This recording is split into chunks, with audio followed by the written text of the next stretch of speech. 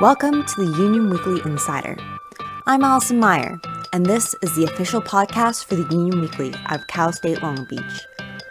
I'm going to take you behind the scenes and show you what it takes to put together a weekly publication.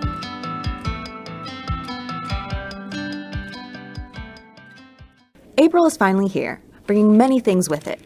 The Super Bloom, the last 5 weeks of classes, and for the Union Weekly, the Grunion issue.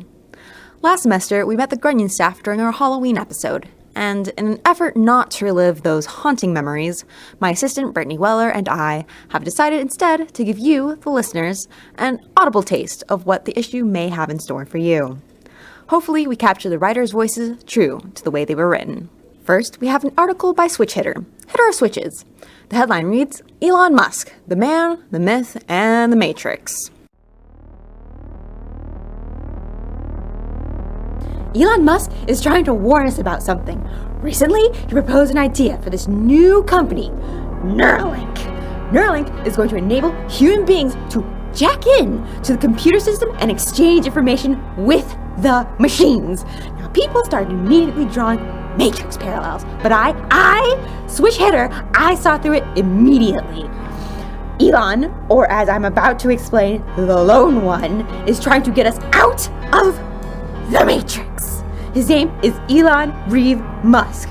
Reeve as in Keanu Reeves. Reeves' character is called Neo, an anagram for one.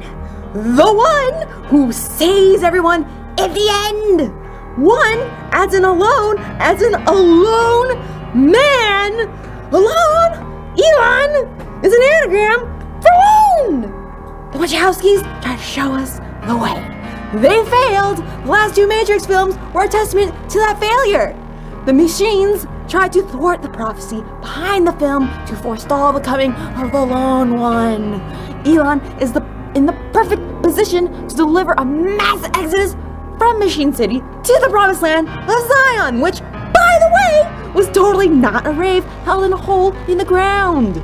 The machines heavily edited the last film to see like benevolent robo-gods.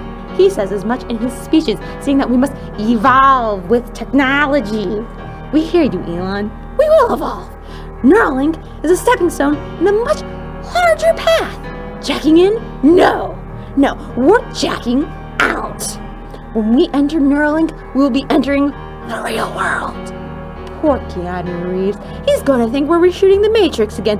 Thankfully, he will not be the one. We have the Lone One. The one foretold in the green lines of the 90s CGI. The Lone One will lead us out of technological bondage. Switch Hitter, please, call me by my true name. Whistleblower. Next, we have the Ms. Colomar column, where she answers the truly existential questions of the masses. However, I must warn you, Ms. Colomar's column is not for the faint of heart. Dear Miss Colomar, I recently watched 50 Shades Darker, and I was intrigued by its subject matter. I would like to do the opposite of the film, however, and dominate my husband. He has always been the dominant one, but the thought of him beneath me really turns me on. We have also never been that physical before. What tips do you have for someone that wants to switch roles and whip my husband? From Queen Agatha. Dear Queen Agatha, intrigue is good. That film is shit. It even got us undead leather daddies and mamas itching to do some flogging of our own. Only thing is, we'd actually use a safe word. Here's the thing, Aggie. Being a dom isn't the same thing as being a dominant. Your hubby is dominant in bed. He doesn't string you up from the ceiling like a human chandelier and swing from you. There's a difference. You say that you've never been physical before, so I'm guessing you're queen size and he's a string bean. Well, honey, you need to live up to your size and snap that bean. A couple phrases for you to look up if you want to do some light reading while riding your beanpole. Queening and femdom. And remember, what he needs, water. And you can't live off lady nectar. Dear Miss Colomar, I have a problem. I've become insatiable. No matter what I do, I always feel horny.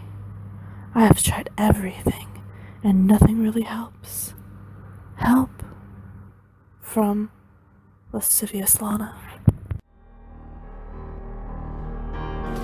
Dear Lascivious Lana, same.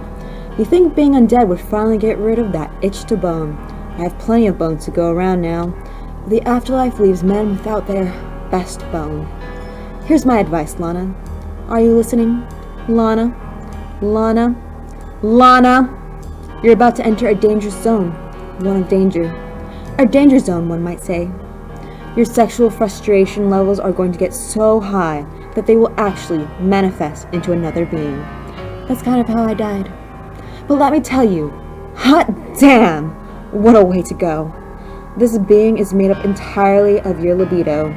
At a certain point, your body won't be able to handle it, and the next morning you'll roll over and a being made of pure energy will be in bed next to you, and they'll do anything. I mean anything. My advice? Stay hydrated. If you die thirsty, you stay bone dry in the afterlife. That concludes our dramatic readings for this episode. If you haven't already, go pick up a copy and see what the Grunion staff has put together for this very special issue. Thank you for listening to the Union Weekly Insider. To listen to more episodes, check us out on iTunes or any of your favorite podcast apps. New episodes of this podcast drop every Wednesday during the semester. Our multimedia manager is Allison Mayer. Special thanks to our multimedia assistant Brittany Weller, that's me, for additional editing and recording. The music in this episode is from the YouTube audio library. You can find issues of the Long Beach Union Weekly online at lbunion.com and on Medium. Go to medium.com and search Long Beach Union Weekly. Please follow us on Snapchat, Instagram, Twitter, and Facebook at Union Weekly.